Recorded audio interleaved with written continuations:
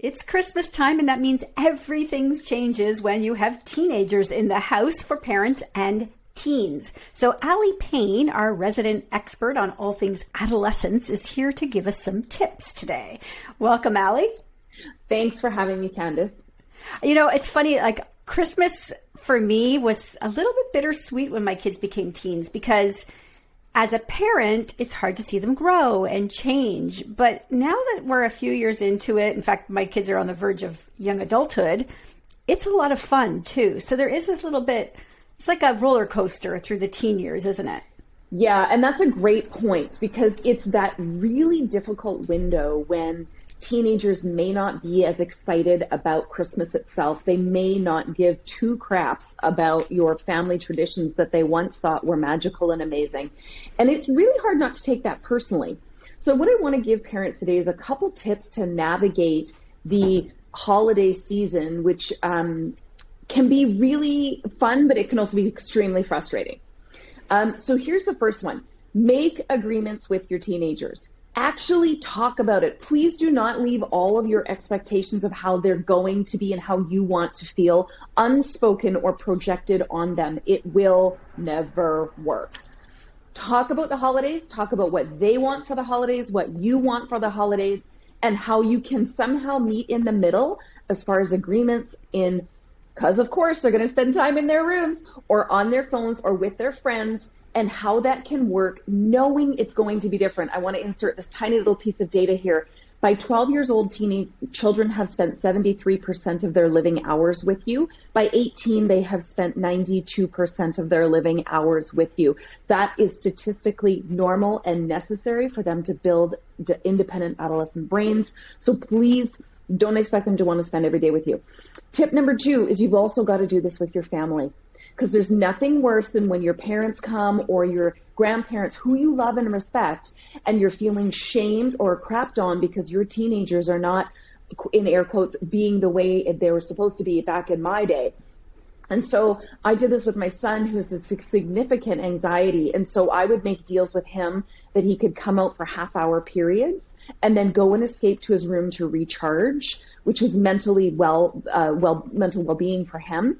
And I had to really navigate this with family because they had a lot of judgment about that and that they should be helping and participating and they should be. And to say, look, you know, I appreciate that's how it was in your day. And that, how did that work for you? And just get curious about their experience. And then also say, this is what's true for us and what feels respectful for us. And so we're not trying to change your parents' mind. You're not making your parents wrong.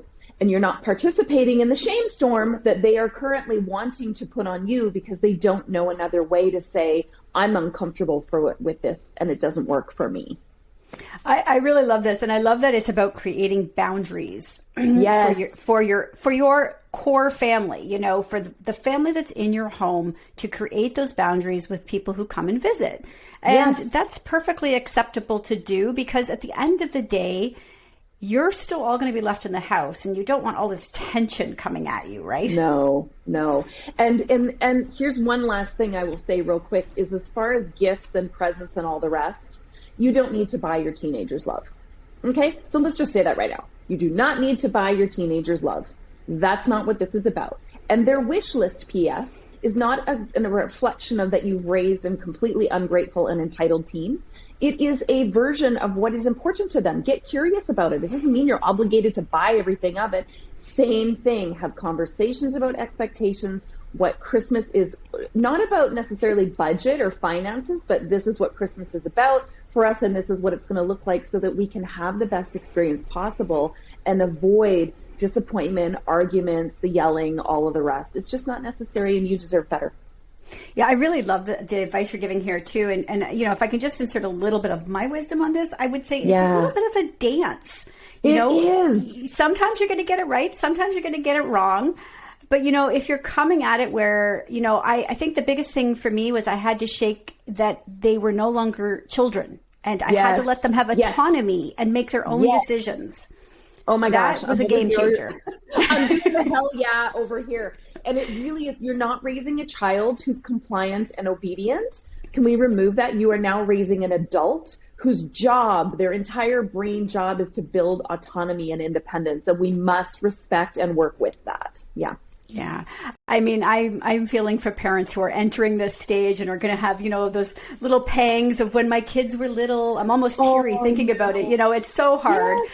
But, it is also rewarding. I'm noticing this year my kids are coming back to some of the traditions. They're putting twists on them, mind you, and making it a little more adult, but still very fun. And I'm so thrilled that they've sort of come back to this on their own. And so for anybody who's a little discouraged, just know that they do come around. Yeah, it's not through force. It is through constant conversation and boundaries and clearing expectations so we can come to respectful agreements. Amazing. Aly, thank you so much. Merry Christmas. Thank you. You too. I'm so excited about 2023. We're going to head in with some great tips for parents. And I just want to direct people to your social channels because I know you're sharing all the time. So where can they find you?